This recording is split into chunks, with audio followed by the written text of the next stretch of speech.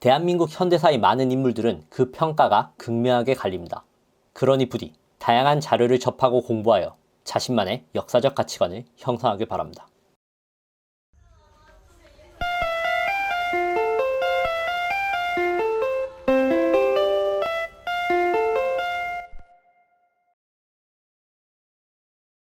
이제 촬영 시작해 보도록 하겠습니다.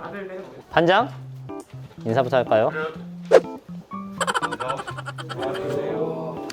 여러분 만나서 반갑습니다. 오늘 역사 수업 32번째 시간입니다. 이제 다음 시간 33번째 시간이면 모든 역사 수업이 마무리가 될 겁니다. 고생 많이 했네요, 그죠? 대한민국 근현대사를 이렇게 배웠다는 것 자체로도 여러분은 참 나중에 미래에 큰 도움이 될 겁니다. 시험 성적 면에서나 인생 살아가는 데도 큰 도움 될 거예요. 오늘 수업의 주제는 북한입니다. 어떤 의미에서든 우리는 북한을 알아야 돼요. 한민족 동포로서라도 혹은 우리와 선을 맞대고 있는 적으로서라도. 그래서 다양한 의미로서의 북한을 오늘 이번 시간에 얘기해 보도록 합시다. 알겠죠? 우리가 북한을 총 3가지 파트로 나눠볼 겁니다. 첫 번째, 정치. 두 번째, 경제. 그리고 마지막으로 남북관계 얘기하고 내용을 마무리해 보도록 할 겁니다. 자, 먼저 북한이 정치하면 우리가 빼놓을 수 없는 3명의 인물이 있습니다. 그게 바로 여러분이 너무나도 잘 알고 있는 김일성, 김정일, 김정은입니다. 우리 먼저 일단 김일성이랑 아직 잘 모르는 사이잖아요? 그래서 김일성과 친해지기 위한 OX 퀴즈를 한번 풀어보도록 합시다. 예전에 우리가 다른 인물들 그랬던 것처럼. 알겠죠? 네. 김일성 OX 퀴즈 1번. 김일성은 축지법을 쓸 줄 알았다. OX? 정답은? X. O입니다. 2번. 김일성은 낙엽을 타고 일본군에 맞서 싸웠다. 정답은? O입니다. 3번. 김일성은 솔방울을 수류탄으로 바꾸어 싸웠다. 정답은? 역시 O입니다. 북한에 의하면 모두 진실입니다. 자, 북한 정치를 우리가 엿볼 수 있는 게 이런 건데요. 북한은 지도자에 대해서 지나치게 우상화를 하면서 이제 그거를 통해서 독재 체제를 경고히 합니다. 그런 얘기를 좀 해보도록 할 거예요. 일단 김일성 같은 경우에는 알다시피 6.25 전쟁에서 성공했어요? 실패했어요? 굳이 따지자면 성공이 아니라 실패 쪽에 가깝죠. 왜냐면은 그 당시에 김일성의 목표가 남한까지 다 먹는 거였는데 못했잖아. 그렇죠?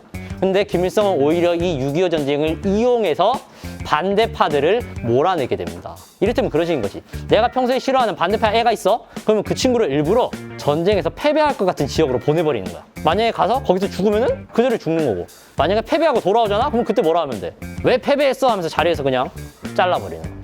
그런 식으로 반대파를 처리를 했던 거죠. 1960년대에는 이제 주체 사상이라는 걸 확립을 하게 됩니다. 당시의 상황이 어떠냐면요. 1960년대에는 중국이랑 소련이 사이가 안 좋았어요. 둘 다 사회주의 국가죠? 그런데 그 당시 북한은 중국 편을 들지도 않고 소련 편을 들지도 않습니다.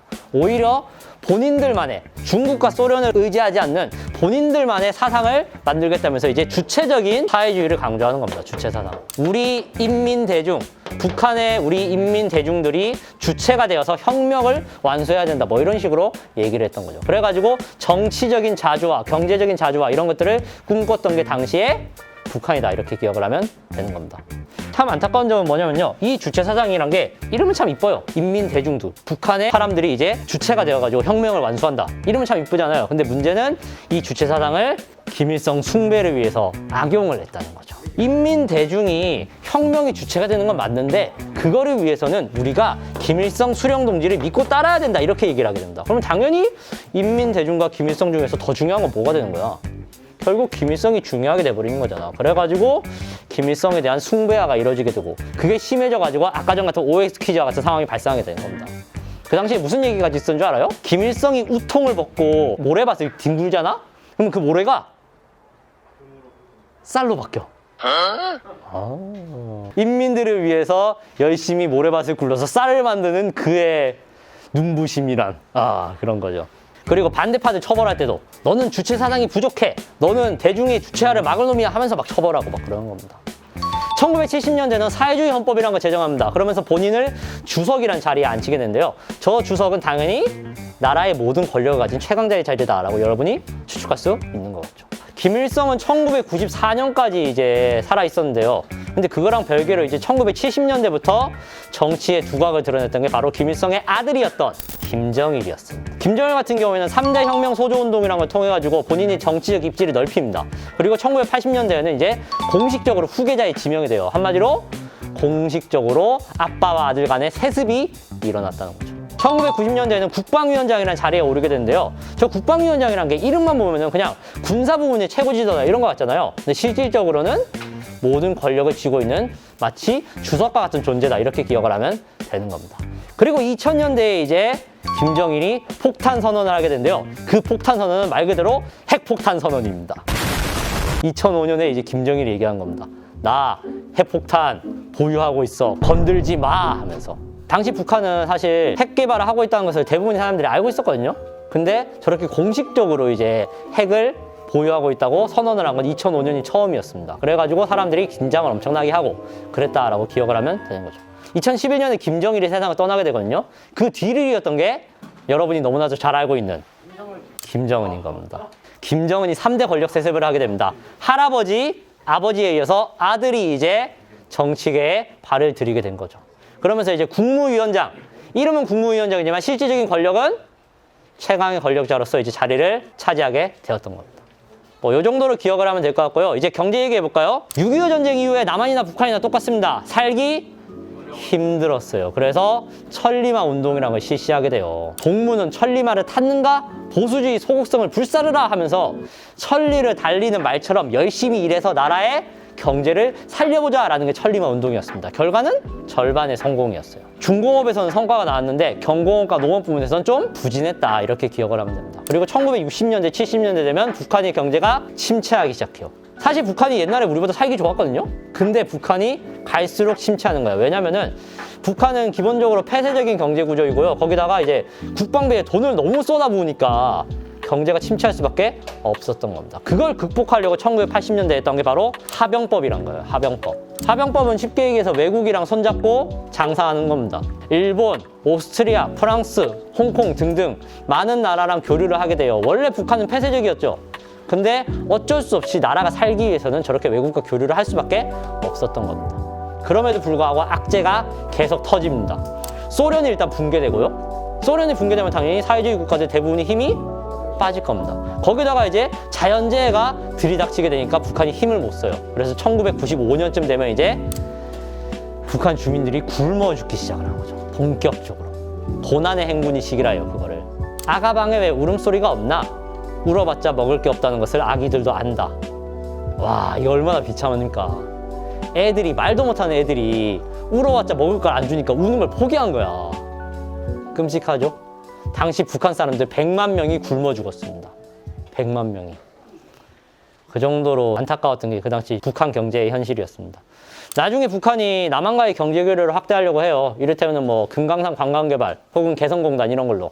근데 그럼에도 불구하고 북한의 경제는 아직 해결해야 될 숙제가 너무나도 많다는 겁니다. 물론 그 숙제 잘 해결하면 오히려 북한이 진짜 잘 나갈 수도 있어요. 근데 문제는 숙제를 못 풀고 있네. 자, 남북관계입니다. 6.25 전쟁 이후에 남북관계는 당연히 안 좋았습니다. 서로 총 들고 싸웠으니까 대립과 갈등이 갈수록 심화됐겠죠. 그러다 잠시 사이가 좋아진 게 박정희 정부 때예요. 박정희 정부 때는 7.4 남북 공동성명이라는 걸 하게 되거든요. 이거 기억나나요? 박정희 정부가 북한이랑 합의를 본 겁니다. 자주 평화 민족적 대단결에 3원칙에 의거해서 평화 통일을 하자 이런 식으로. 그때 당시에 국민들이 엄청 좋아했었거든. 우리 드디어 통일하는 거야 하면서. 근데 그 좋았던 기억도 잠시 사건이 터져버리게 된 거죠.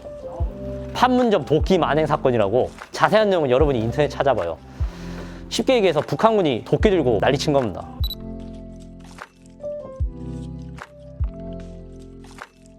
그래서 사이가 안 좋아졌어요. 안 좋아져서 좀 암울했는데 전두환 정부 때는 우리가 북한한테 쌀을 받습니다. 1984년에 우리가 물난리를 당하게 되거든. 근데 그때 북한이 우리 도와줘요. 아이러니하죠? 지금은 누가 누구 도와줘? 우리가 쌀 주고 오잖아. 근데 북한이 우리한테 쌀 주던 때도 있었던 겁니다. 노태우 정부 때는 소련이 붕괴하면서 다시 자연스럽게 사이가 좋아집니다. 왜냐면 미국이랑 소련이 갈등 중이었잖아요. 근데 소련이 없어졌네? 그럼 갈등할 존재가 없는 건데 우리가 굳이 싸워야 될 필요가 있나? 뭐 이런 식으로 얘기가 된 겁니다. 남북한이 유엔에 동시 가입을 하고요. 남북 기본 합의서라는 것을 작성하게 됩니다. 김영삼 정부 때는 민족 공동체 통일 방안, 그리고 김대중 정부 때는 드디어 남한의 정상과 북한의 정상이 만나게 됩니다. 그거 우리가 뭐라 불러요? 남북 정상회담이라고 부르게 된 거죠. 이게 2000년이었어요.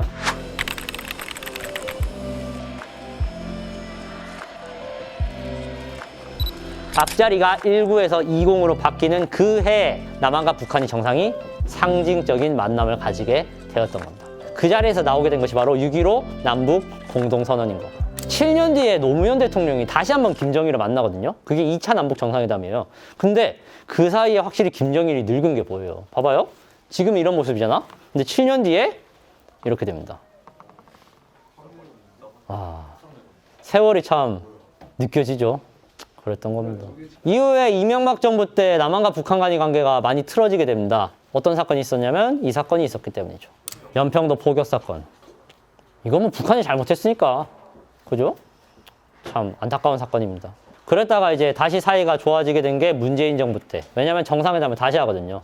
그래서 김정은이랑 문재인이 3번을 만났어요. 3번. 많이 만났죠? 그러면서 남북의 관계가 좀 호전되긴 했습니다. 근데 여전히 긴장은 하고 있어야 돼요. 무슨 일이 있을지 모르니까. 마냥 그냥 북한 좋아 이러고 있으면 안 되는 겁니다. 우리가. 물론 한민족이고 동포긴 하지만. 그래서 대한민국이 해결해야 될 2가지 과제로 내가 얘기했던 게 가난이랑 독재였거든요. 자, 봅시다. 우리가 가난은 해결했나요? 개인적으로는 절반 정도는 해결한 것 같습니다. 나머지 절반은 왜 해결을 못한 걸까요?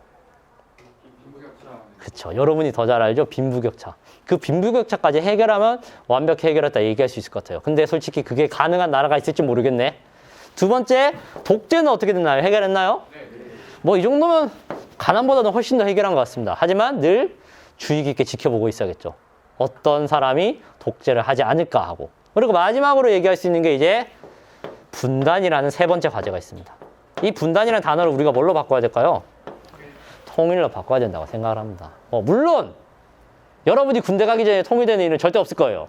너무 잔인했나? 근데 솔직히 군대 가는 거랑 별개로 그래도 통일은 돼야 되지 않을까 싶습니다.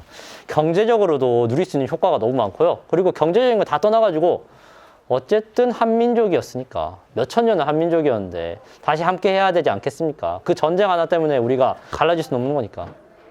그렇죠?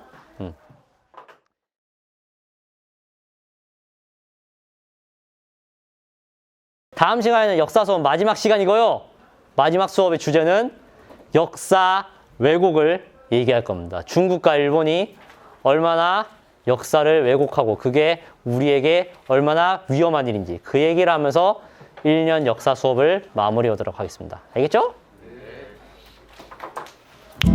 오늘 수업 끝입니다.